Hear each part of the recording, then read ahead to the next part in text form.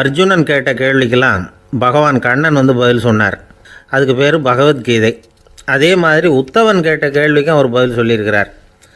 அதுக்கு என்ன பேருனா உத்தவ கீதைன்னு பேர். அது சரி, உத்தவன்னா யார்? கண்ணனுக்கு சின்ன வயசுலேருந்தே தேர் ஓட்டிக்கிட்டு இருந்தவன் அவன் தான். குருஷேத்திர போர் முடிஞ்சது. அதர்மத்தை அழித்து தர்மத்தை நிலைநாட்டி தர்மனுக்கு முடிச்சு விட்டினார் கண்ணபிரான். அதுக்கப்புறம் துவாரகைக்கு திரும்பினார். தான் வந்த காரியம் முடிஞ்சது. அதனால் இளமையிலிருந்தே தனக்கு தேரோட்டியாக இருந்து வந்த உத்தவனை கூப்பிட்டார். இந்த பாருப்பா, உனக்கு வேணுங்கிறத கேளுன்னார்.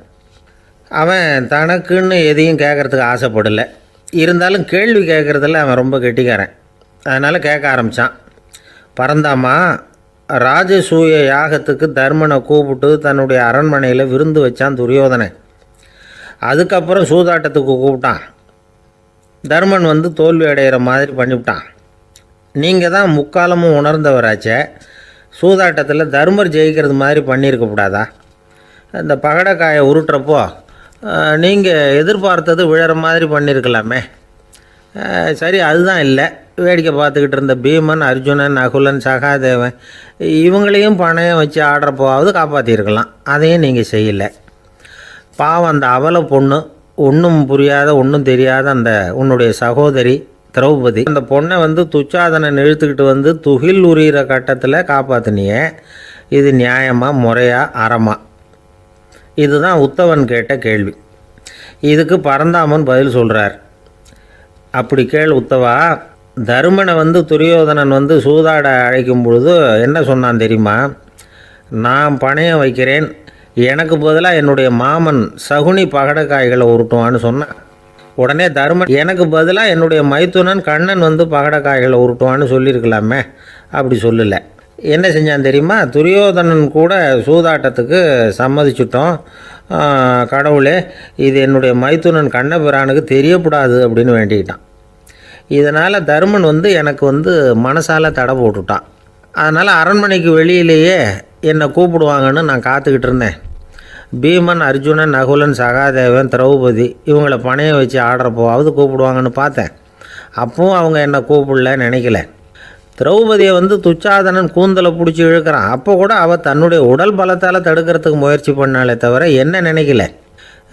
துரியோதனன் சபைக்கு இழுத்து செல்லப்பட்ட திரௌபதி அறநூல்களையும் அரச நீதிகளையும் சொல்லிக்கிட்டு இருந்தாலே தவிர என்ன நினச்சே பார்க்கலை. துகில் உரிகிற கட்டத்தில் தான் ஹரி ஹரி கண்ணா பரந்தாமன்னு கூப்பிட்டா. அதனால தான் அப்போ போய் நான் காப்பாற்றினேன் அப்படின்னா பரந்தாமன். அப்படின்னா நீ அழைச்சாதான் போவியா, நீயா போக மாட்டியா அப்படின்னு கேட்குறான் உத்தவன். ஆமாம், நான் கூப்பிட்டா தான் போவேன். மனிதர்கள் செய்யக்கூடிய செயல்களையெல்லாம் அவங்கவுங்க போக்கிலேயே விட்டுட்டு வேடிக்கை பார்த்துக்கிட்டு இருப்பேன். நான் குறுக்கிட்டு வந்து ஒன்றுமே செய்ய மாட்டேன் அப்படின்னா பரந்தாமன். மனுஷன் தவறு பண்ணுனா திருத்த மாட்டியா, சும்மா பார்த்துக்கிட்டு தான் உட்காந்துருப்பியா அப்படின்னு கேட்குறான் உத்தவன். நான் மனுஷனுடைய உள்ளத்தில் இருக்கிறப்போ என் எதிரில் மனுஷன் தவறு பண்ண மாட்டான் அப்படின்னு ஆனால் கண்ணன். அதாவது யார் நினைக்கிறாங்களோ அவங்க உள்ளத்துலலாம் அவன் இருக்கிறான். அப்படி இருக்கிறப்போ தவறு செய்ய மனுஷன் அஞ்சுவான். இதுதான் உத்தவ கீதைங்கிறது. இந்த காலத்துலேயும் சில பேர் பகவான் மாதிரி அடுத்தவங்க கஷ்டப்படுறத வேடிக்கை பார்த்துக்கிட்டு இருக்கிறது உண்டு. அன்றைக்கி அப்படித்தான். நடுத்தெருவில் ஒரு திருடனை பிடிச்சி எல்லாரும் சேர்ந்து அடிச்சுக்கிட்டு இருக்கிறாங்க. ஒரு ஆள் மட்டும் தள்ளி நின்று அதை வேடிக்கை பார்த்துக்கிட்டு இருக்கான். பார்த்துக்கிட்டு சிரிச்சுக்கிட்டு இருக்கிறான். என்ன சார் இது, பாவம் அந்த ஆளை போட்டு அப்படி அடிக்கிறாங்களே அப்படின்னோம். அடிக்கட்டும் சார், அவன் அடி வாங்க வேண்டிய ஆள் தான் அப்படின்னா அவன். ஏன் சார் அப்படி சொல்கிறீங்க அப்படின்னு கேட்டோம். பின்ன என்ன சார், நான் ஒருத்தர் பையில் இருந்த பர்ஸை எடுக்கிறதுக்கு முயற்சி பண்ணிக்கிட்டு இருந்தேன். அதுக்குள்ளே அவன் முந்திக்கிட்டு அப்வேஸ் பண்ணிவிட்டான். பர்ஸை அவன் எடுத்துட்டான். பார்க்குறதுன்னா எடுக்கிறது அவனா? என்ன சார் நியாயம் இது? நல்லா வாங்கட்டும் அப்படிங்கிறான். ஆந்திர நாட்டில் ஒரு அரசர் இருந்தார். அந்த அரசர்கிட்ட ஒரு அமைச்சர் இருந்தார். அந்த அமைச்சர் பேர் ராயண பாஸ்கர். அவர் ஒரு பெரிய அறிவாளி. அது மட்டும் இல்லை, மிகச்சிறந்த கொடையாளி. யார் வந்து எது கேட்டாலும் இல்லைன்னு சொல்ல மாட்டாராம். அதன் காரணமாகவே அவர்கிட்ட இருந்த செல்வம் நாளுக்கு நாள் குறைஞ்சிக்கிட்டே வந்துட்டு தான். கடைசியில் குடும்பத்துக்குன்னு எதுவும் வைக்காமலே அவர் போய் சேர்ந்துட்டார். மகனும் இறந்துட்டார். அந்த குடும்பத்தில் மிஞ்சி இருந்தது அவருடைய மருமகள், ஒரு பேரன், அவ்வளவுதான். இருந்த ஒரே சொத்து பழுதடைஞ்ச ஒரு வீடு. அந்த அம்மா மற்ற வீடுகளில் வேலை செஞ்சு தன்னுடைய பிள்ளைய படிக்க வச்சுக்கிட்டு வராங்க. அந்த புள்ள ஒரு பெரிய வள்ளலுடைய பேரனுங்கிறது அந்த பள்ளி வாத்தியார்களுக்கும் தெரியும். அதனால் அவங்களும் இவங்ககிட்ட கொஞ்சம் அன்பாகவும் அக்கறையாகவும் பழகி பாடம் சொல்லி கொடுத்துக்கிட்டு இருக்கிறாங்க. ஒரு நாள் ஒரு புகழ்பெற்ற கவிஞர் ஒருத்தர் அந்த பள்ளிக்கூடத்துக்கு வந்திருக்கிறார். ஆசிரியர்கள்கிட்ட பேசிக்கிட்டு இருந்தப்போ ஒரு செய்தியை சொன்னாராம். ராயண பாஸ்கருங்கிற வள்ளல் எனக்கு நிறைய உதவிகள் செஞ்சுருக்கார், என்னை பாராட்டி பரிசுகள்லாம் கொடுத்துருக்கிறார். அந்த வள்ளல் வாழ்ந்த கிராமத்தை பார்க்கணுங்கிறதுக்காக தான் இப்போ இங்கே வந்திருக்கிறேன் அப்படின்னாராம். ஆசிரியர் உடனே இந்த பையனை கூப்பிட்டு, இதை பாருங்கள், இவன் யார் தெரியுமா, நீங்கள் குறிப்பிடுகிற அந்த வள்ளலின் பேரன் அப்படின்னு அறிமுகப்படுத்தினாராம். கவிஞரின் கண்களில் ஆனந்த கண்ணீர். அந்த பரவச நிலையிலேயே அந்த வள்ளலை பற்றி கவி பாட ஆரம்பிச்சிட்டாராம். இந்த சின்ன பையன் அதை கேட்டிருக்கிறான். உடனே என்ன பண்ணான் தெரியுமோ, தன் கையில் அணிஞ்சிருந்த ஒரு பொன் வளையலை கழட்டி அந்த கவிஞருக்கு பரிசாக கொடுத்துட்டானான். எல்லாருக்கும் ஆச்சரியம். தாத்தா இருக்கும் நிலையில் கொடுத்தார், பேரன் இல்லாத நிலையிலையும் கொடுக்குறான். பையனை எல்லாரும் பாராட்டினாங்களாம். இருந்தாலும் அவனுக்குள்ள ஒரு பயம் எதுவும் ஆரம்பமாச்சு. பள்ளிக்கூடம் விட்டு வீட்டுக்கு வரும்பொழுது அந்த பயம் இன்னும் அதிகமாகிட்டுது. அம்மா என்ன சொல்லுவாங்களோ தெரியலையே, ஏதோ திடீர்னு தோணிச்சு வளையலை கட்டி கொடுக்கணும்னு கொடுத்துட்டோம். குடும்பம் இருக்கிற நிலையில் இப்படி நான் செஞ்சது தப்பா, வீட்டு செலவுக்கே அம்மா எவ்வளவு கஷ்டப்படுறாங்க, வீட்டுக்கு போனதும் என்ன நடக்குமோ தெரியலையே அப்படின்னு நினச்சி பயந்துக்கிட்டே அவன் வீட்டுக்குள்ளே அடி எடுத்து வைக்கிறான். அம்மா கூப்பிட்டு சாப்பாடு போட்டாங்க. அவங்க கண்ணில் படக்கூடாதுங்கிறதுக்காக ஒரு கையை பின்னாடி மறைச்சிக்கிட்டே இருந்தான். அம்மா இதை கவனிச்சிட்டாங்க. உன் கையை ஏன் அப்படி வச்சுருக்கிற, உன் கைக்கு என்னாச்சு, ஏதாவது அடிபட்டு போச்சா அப்படின்னு கேட்டுக்கிட்டே கையை எடுத்து பார்க்குறாங்க. வளையலை காணலை. வளையல் எங்கே அப்படின்னு கேட்குறாங்க. இவன் தயங்கிக்கிட்டே நடந்ததை சொல்கிறான். அதை கேட்டதும் அந்த அம்மாவோட முகம் கோபத்தால் சவுந்து போச்சான். முட்டாளே, என்ன காரியம் பண்ண அப்படின்னு கன்னத்தில் அரைஞ்சிட்டாங்களாம். அம்மா என்னை அடிக்காத, ஏதோ தெரியாமல் தப்பு பண்ணிட்டேன் அப்படின்ட்டுருக்கான். மகனே, வளையலை கொடுத்ததுக்காக நான் உன்னை அடிக்கலை அப்படிங்க, பின்ன எதுக்கு அடித்தேன்னு கேட்டிருக்கான். உன் பாட்டனார் ஒரு பெரிய வள்ளல், அவர் எதையும் பாதி வேலையை செய்கிறதில்ல, அவருடைய பேரை நீ அரைகுறை வேலை செஞ்சுட்டு வந்திருக்கிற அப்படின்னாங்களாம். என்னம்மா சொல்கிறேன்ருக்கான். நீ ஒரே ஒரு வளையலை மட்டும்தானே கட்டி கொடுத்துருக்குற, கொடுக்குறதா இருந்தால் ரெண்டையும் சேர்த்துல கொடுத்துருக்கணும், அதுதானே உங்கள் தாத்தாவுக்கு பெருமை அப்படின்னாங்களாம். அம்மா தெரியாமல் இப்படி செஞ்சுட்டேன், உங்கள்கிட்டையும் அரை வாங்கிட்டேன் அப்படி இப்படின்னு அவன் சொல்லியிருக்கிறான். இப்போ அம்மா கொஞ்சம் இருங்க, அந்த கவிஞர் இன்றைக்கி நம்ம ஊரில் தான் தங்கியிருப்பார், நாளைக்கு காலையில் தான் அவர் எங்கே இருக்காருன்னு விசாரித்து இன்னொரு வளையலையும் கொடுத்துட்றேன் அப்படின்ட்டுருக்கான். மகனே, நல்ல செயல்களையெல்லாம் நாளைக்குன்னு ஒத்தி போடாத, நாளைக்கு என்ன நடக்குங்கிறது யாருக்கு தெரியும், இப்போவே போ, எங்கே இருக்காருன்னு பாரு அப்படின்ட்டுருக்காங்க. மகன் புறப்பட்டான். பள்ளி ஆசிரியர்கிட்ட போய் கேட்டானா அந்த கவிஞர் எங்கே இருக்காருன்னு. அவர் சொன்னாராம். உடனே போய் அவர் இருக்கிற இடத்துல கதவை தட்டியிருக்கான். ராத்திரி நேரத்தில் இவனை கண்டதும் அவருக்கு ரொம்ப ஆச்சரியம். இவன் இன்னொரு கை வளையலையும் எடுத்து நீட்டியிருக்கான். அவர் திகைச்சு போய் நிற்கிறார். அவரால் என்ன பண்ணுறதுன்னே தெரியல. ஆனந்த கண்ணீர். இது பெரியவர்கள் கூற கேட்ட ஒரு வரலாறு. இன்றைக்கி இப்படிப்பட்டவங்களை பார்க்க முடியுமா? வறுமை வள்ளல் தன்மையை ஒன்று செய்து விடாதுங்கிறதுக்கு இது ஒரு உதாரணம். ஒருத்தன் இன்னொருத்தனை பார்த்து கேட்டானா, எங்கள் தாத்தா உங்கள் தாத்தாவுக்கு 100 ரூபா கடன் கொடுத்துருக்கிறார், அதை எப்போ திருப்பி கொடுக்க போகிறேன்னு. கவலைப்படாத, எங்கள் பேரன் அதை உங்கள் பேரன்ட்ட திருப்பி கொடுத்துருவான் அப்படின்னு நானா. அவன், உங்கள் பையன் எப்படி சார் இருக்கான் அப்படின்னு விசாரித்தார் ஒருத்தர். அவன் என்ன சார், எதை சொன்னாலும் காதில் வாங்க மாட்டேங்கிறான், அவன் பாட்டுக்கு போகிறான் வர்றான் அப்படின்னு சொல்லி அழுத்துக்கிட்டார் அப்பா. பெரியவங்க சொல்கிறத சின்ன பிள்ளைங்க கேட்கறது இல்லைங்கிறது ஒரு குறை, பெரியவங்க சொல்கிறது சின்ன பிள்ளைங்க காதலையே விழறதில்லைங்கிறது ஒரு குறை. இது கொஞ்சம் சீரியஸான விஷயம், கவனித்து பார்க்கணும். ஒரு குழந்தைக்கு காது சரியாக கேட்குதா இல்லையா அப்படிங்கிறத நாம் தான் கவனித்து பார்த்து கண்டுபிடிக்கணும். அதுவாக நம்மக்கிட்ட தவழ்ந்து அப்பா எனக்கு காது கேட்கல, அழைச்சிட்டு போங்க டாக்டர்கிட்ட அப்படின்னுலாம் சொல்லிகிட்டு இருக்காது. அது சரி, ஒரு குழந்தைக்கு காது சரிவர கேட்குதா இல்லையா அப்படிங்கிறத முன்கூட்டியே நாம் தெரிஞ்சுக்கிறது எப்படி? அதுக்கு சில வழி இருக்குது. உங்கள் குழந்தைய கொஞ்சம் அப்படி கவனித்து பாருங்கள். அடிக்கடி ஜலதோஷம், காதில் அரிப்பு ஏற்படுதா, மூக்கு விரிவாகவும், அப்புறம் டான்சில், அடினாய்டு, சத அழற்சி, இது மாதிரி ஏதாவது இருக்கா, வாயிலிருந்து எச்சில் ஒழுகுதா, குழந்தை வாயினால் சுவாசிக்குதா, பற்கள் முன்னாடி தள்ளி வளருதா, இதெல்லாம் அதுக்கு அறிகுறி.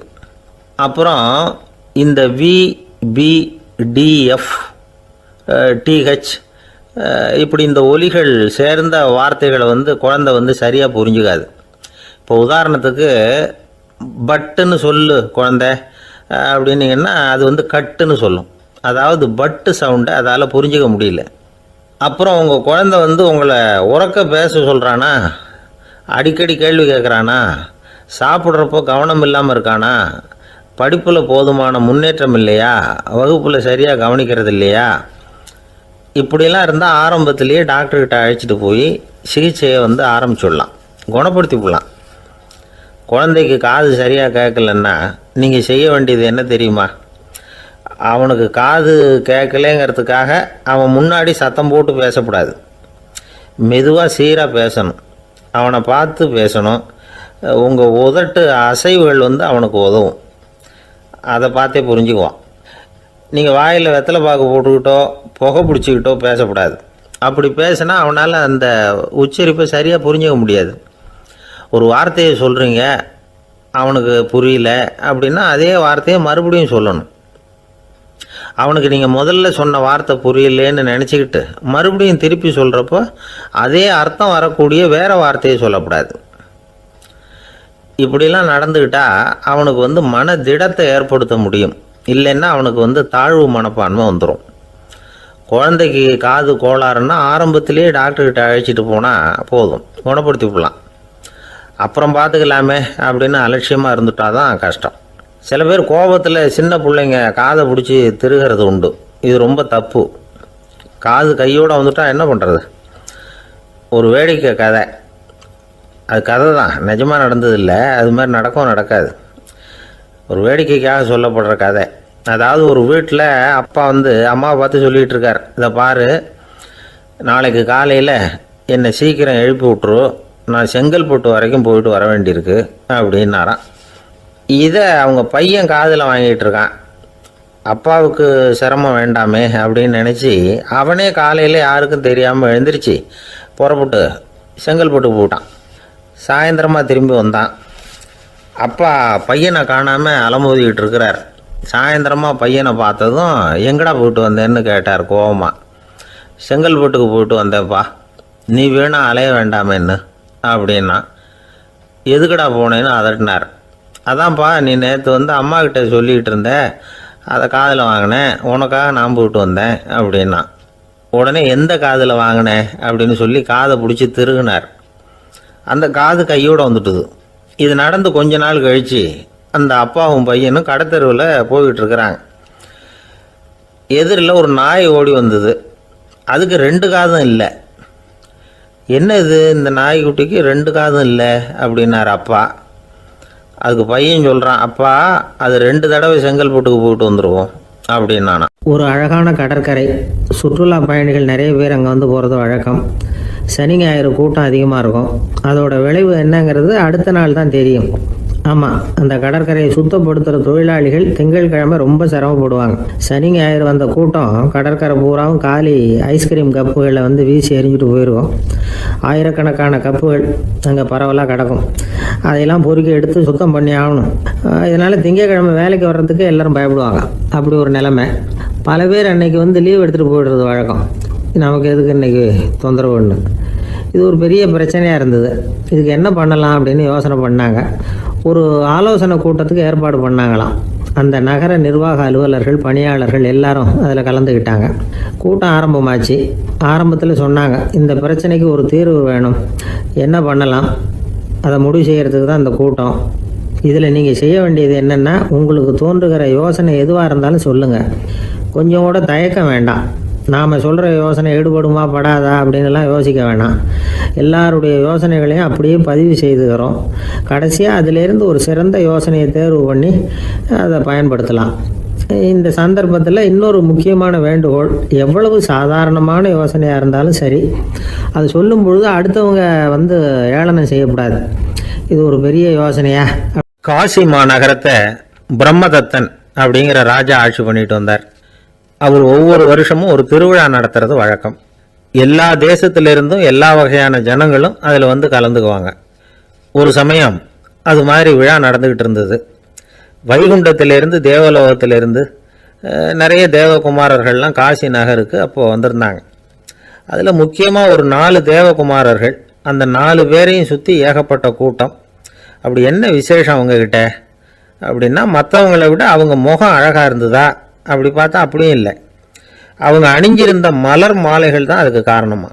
அந்த மலர்கள்லேருந்து அப்படி ஒரு அபூர்வமான நறுமணம். இதுக்கு முன்னாடி இப்படி ஒரு நறுமணத்தை அந்த ஊர் ஜனங்க அனுபவிச்சதே இல்லை.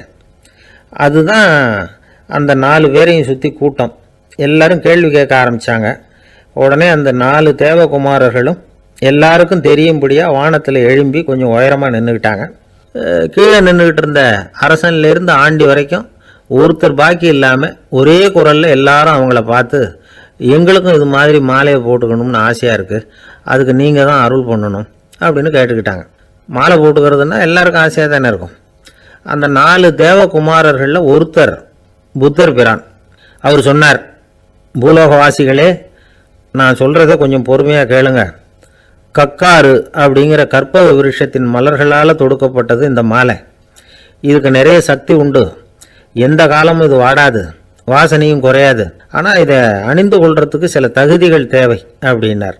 என்ன தகுதி அது சொல்லுங்களேன் அப்படின்னு ஏக காலத்தில் எல்லாரும் சத்தம் போட்டாங்க. தீய இயல்புகள் உள்ளவங்க, இழிந்த சிந்தனை, இழிந்த செயல் உள்ளவங்க இந்த மாலையை அணிய முடியாது அப்படின்னார். அவ்வளோதான். கூட்டத்தில் சத்தம் போட்டவங்கள்லாம் மெதுவாக அப்படி அடங்க ஆரம்பிச்சிட்டாங்க. இன்னொரு தேவகுமாரன் சொன்னார், அடுத்தவங்க பொருளை அபகரிக்காதவன், அடுத்தவங்களுக்கு கெடுதல் பண்ணக்கூடிய பொய் பேசாதவன், பேராசையினால் கெட்ட வழியில் பொருள் ஈட்ட நினைக்காதவன் இந்த மாலையை போட்டுக்கலாம் அப்படின்னார். கூட்டத்திலிருந்து யாரும் முன்னுக்கு வரல. ஒரே ஒரு ராஜகுரு மட்டும் கொஞ்சம் முன்னாடி வந்தார். பெரியவர், படித்தவர். அவர், எனக்கு தகுதி இருக்குது அந்த மாலையை போட்டுக்கிறதுக்கு அப்படின்னார். வேறு ஒன்றும் இல்லை, பொய் சொல்லியாவது அந்த மாலையை வாங்கிக்குவோமே அப்படின்னு முடிவு பண்ணிட்டார் அவர். அவ்வளோதான், மாலையை வாங்கிட்டார். அடுத்த தேவகுமாரன் பேசினார். யாருக்கு திடமான அறிவும் மனமும் இருக்குதோ, யாருக்கு நல்ல காரியங்களில் அசையாத ஈடுபாடு இருக்குதோ, நல்ல அரிய பொருள்களை தனியாக தான் மட்டும் அனுபவிக்க விரும்பாதவர் யாரோ அவர் முன்னாடி வந்து இந்த மாலையை வாங்கிக்கலாம் அப்படின்னார். அந்த தகுதியும் எனக்கு இருக்குன்னார் ராஜகுரு. மாலையை வாங்கி போட்டுக்கிட்டார். இன்னொரு ராஜகுமாரன் பேச ஆரம்பித்தார். அறநெறியில் செல்வம் சேர்க்கணும், ஆடம்பர பொருள்களுக்கு அடிமையாகக்கூடாது, வெற்றி அடைஞ்சாலும் கர்வம் வரக்கூடாது, அப்படிப்பட்டவங்க இந்த மாலையை போட்டுக்கலாம்னார். துணிஞ்சு பொய் சொல்லி அதையும் வாங்கி கழுத்தில் போட்டுக்கிட்டார் இந்த ராஜகுரு. இன்னொரு ராஜகுமாரன் சொன்னார், சான்றோர்களை நிந்திக்காதவங்க, புறம் பேசாதவங்க இந்த மாலையை போட்டுக்கலாம்னார். அதையும் வாங்கி போட்டுக்கிட்டார். திருவிழா முடிஞ்சுது, எல்லாரும் திரும்பி போயிட்டாங்க. மறுநாள் ராஜகுரு 4 மாலைகளையும் போட்டுக்கிட்டு ராஜசபைக்கு வரார். வந்தவர் ரொம்ப அவஸ்தையோடு வர்றார். மாலையெல்லாம் வாடி போயிட்டுது, வாசனை எதுவும் கிடையாது. அது மட்டும் இல்லை, அவருக்கு கடுமையான தலைவலி வேற வந்துட்டுது. துடிச்சு போயிட்டார். மாலையை கழட்டவும் முடியல. ஜனங்கள்லாம் அவரை பார்த்து சிரிக்க ஆரம்பிச்சிட்டாங்க. என்னத்துக்கு ஆசைப்படணும், ஏன் இப்படி கஷ்டப்படணும் அப்படின்னு. ராஜா பார்த்தார். மறுபடியும் விழாவுக்கு ஏற்பாடு பண்ணினார். தேவகுமாரர்கள்லாம் வந்தாங்க. ராஜகுரு வந்தார். மக்கள் முன்னிலையில் அவங்க காலில் விழுந்தார், மன்னிப்பு கேட்டுக்கிட்டார். இந்த மாலையை போட்டுக்கிற தகுதி எனக்கு இல்லை. தகுதி இல்லாத ஒருத்தன் தகாத தகுதியை பொய் மூலம் பெறணும்னு ஆசைப்படுறாங்களே, அவங்களுக்கெல்லாம் என்னுடைய தண்டனை ஒரு எச்சரிக்கையாக இருக்கட்டும்னார்.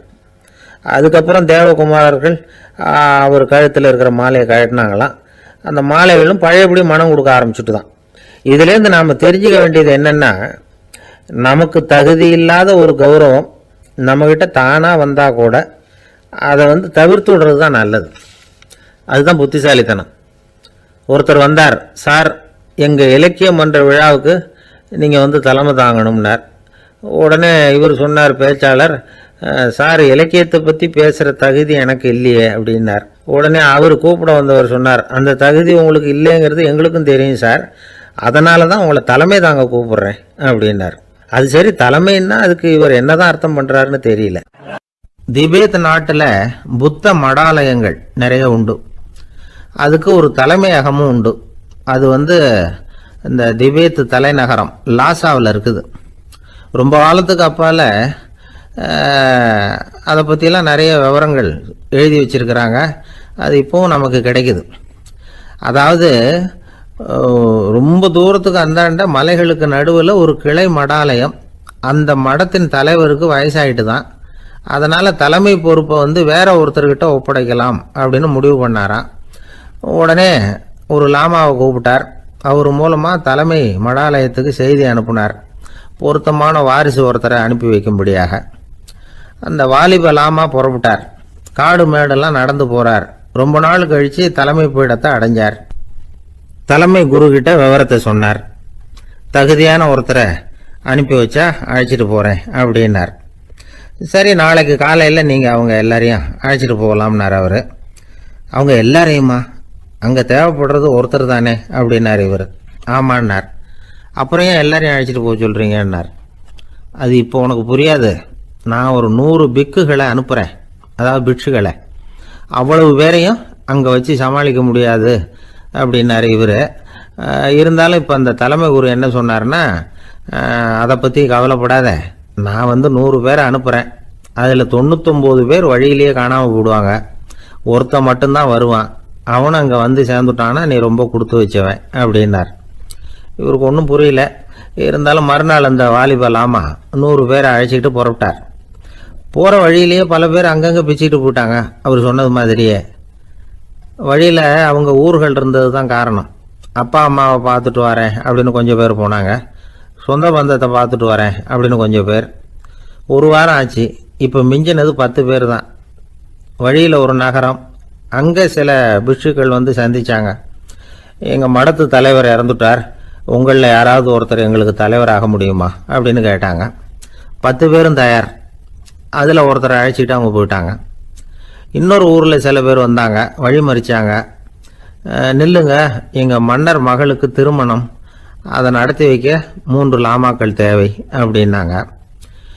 இப்படி கொஞ்சம் கொஞ்சமாக எல்லாரும் காலி. கடைசியில் 2 பேரும் மிஞ்சினாங்க. அங்கே ஒரு இளம்பெண் எதிரில் வந்தா. எங்கள் அப்பா வேட்டைக்கு போயிருக்கிறாரு, இன்னும் திரும்பி வரல, வீட்டில் வேறு யாரும் இல்லை, தனியாக இருக்க பயமாக இருக்குது, யாராவது ஒருத்தர் எனக்கு துணையாக இருக்கணும் அப்படின்னு கேட்டுக்கிட்டா. எங்கள் 2 பேரில் நீயே ஒருத்தரை தேர்ந்தெடுத்துக்கோ, இல்லைன்னா எங்களுக்குள்ளே சண்டை வந்துடும் அப்படின்னாங்க. இப்போ மிஞ்சினவர் ஒருத்தர். அவருக்கும் ஒரு சோதனை வந்தது.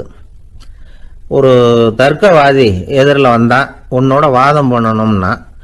இவனோட வாதம் பண்ணுறேன், அது முடிய ரொம்ப காலம் ஆகலாம், தர்க்கத்தில் நான் ஜெயிச்சா அங்கே வரேன், இல்லைன்னா இவருடைய சீடனை ஆயிடுவேன் அப்படின்னார் அவர்.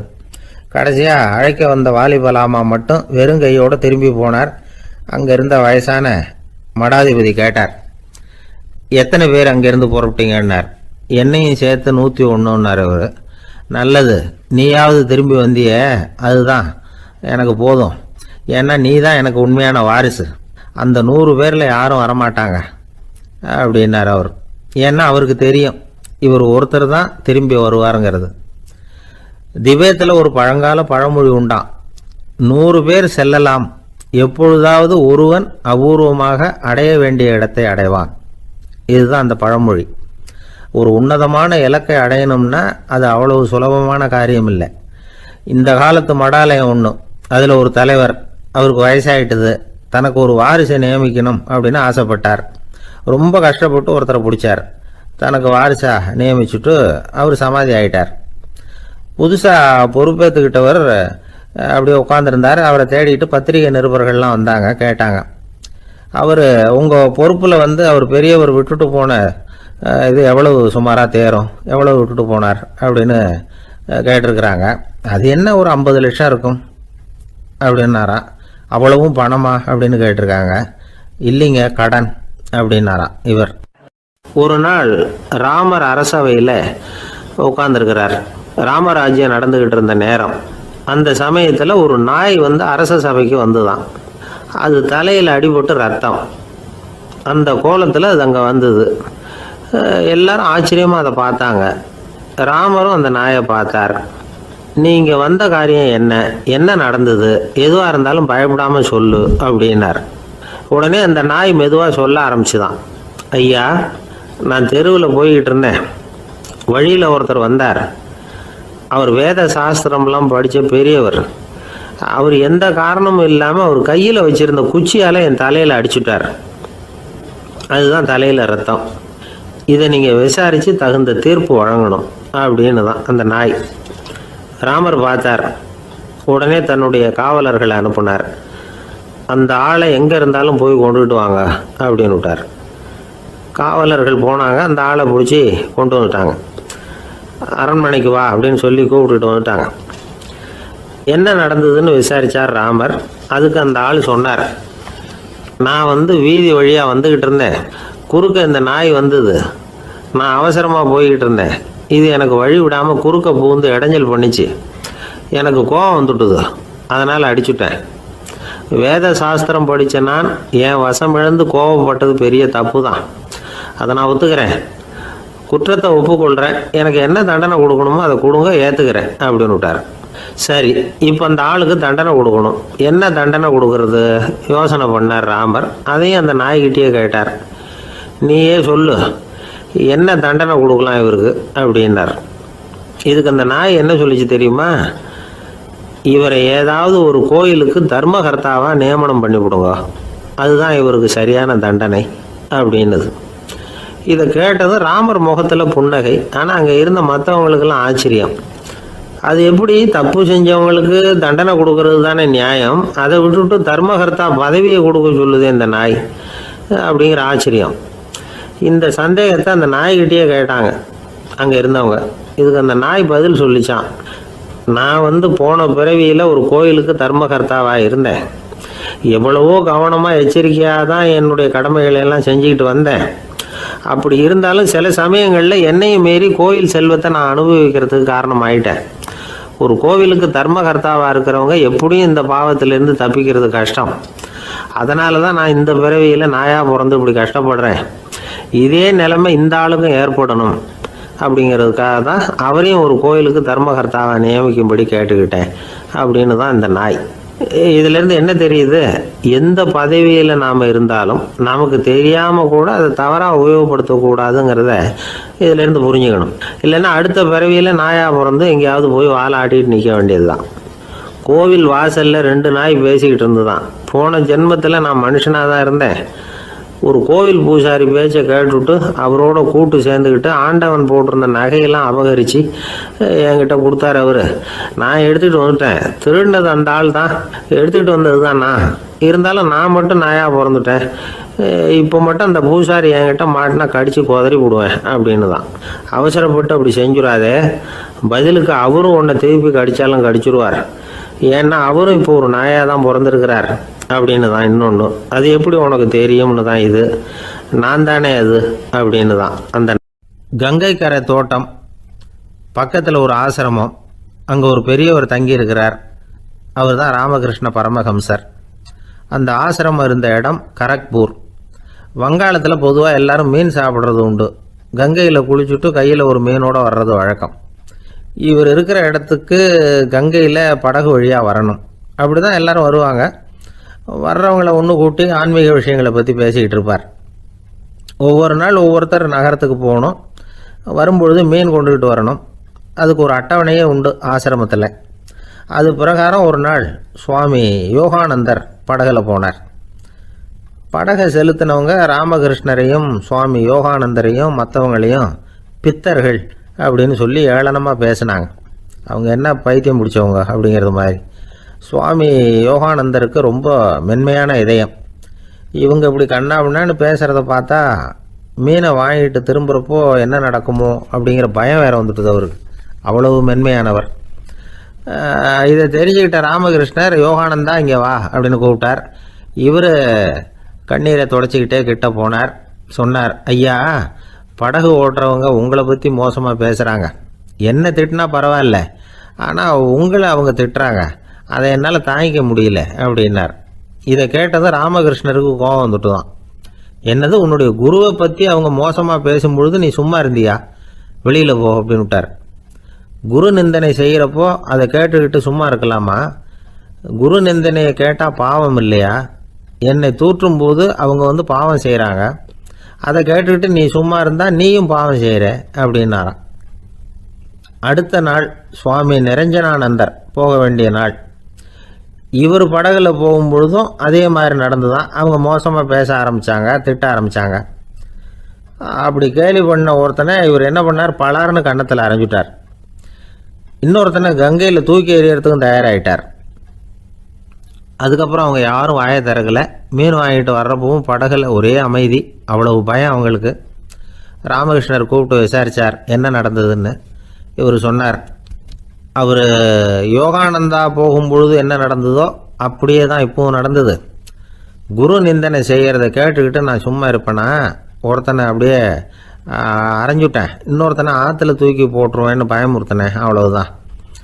அப்படின்னாராம். இப்போவும் ராமகிருஷ்ணருக்கு கோபம் வந்துட்டு தான். என்ன இது, அணியறது காஷாயம், இருக்கிறது ஆசிரமம், உனக்கு இவ்வளவு கோபம் வந்ததுன்னா அப்புறம் என்னத்துக்கு ஆசிரமத்தில் இருக்கணும், பிரம்மச்சாரி எப்பவும் அமைதியாக இருக்கணும் அப்படின்னு அறிவுரை சொன்னாராம் ராமகிருஷ்ணர். அப்போ இவர் கேட்டாராம், ஏங்க அவருக்கு ஒரு விதமான அறிவுரை சொன்னீங்க, எனக்கு வேறு விதமாக அறிவுரை சொல்கிறீங்க, இதில் எது உண்மை அப்படின்னு கேட்டிருக்கார்.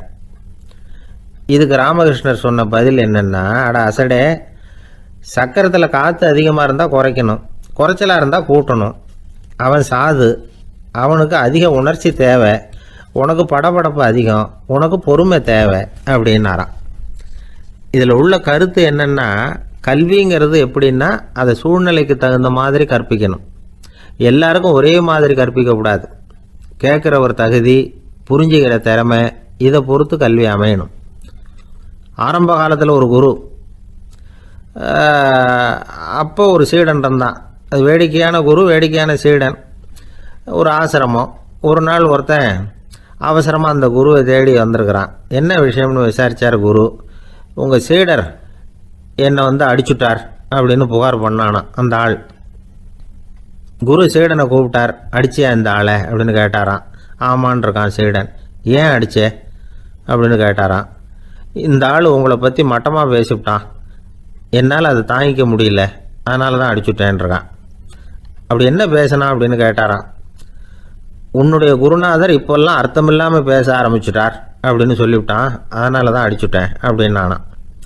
அதுக்காக அடித்தே அப்படின்னாராம். நான் அதுக்காக அடிக்கலை குருவே, இப்போல்லாம் நீங்கள் அர்த்தம் இல்லாமல் பேசுகிறதாக அவன் சொல்கிறான், அப்படின்னா இதுவரைக்கும் நீங்கள் அர்த்தத்தோடு பேசினதாகத்தானே அர்த்தம், அது தப்பு தானே, அதனால தான் அடித்தேன் அப்படின்னு நானா.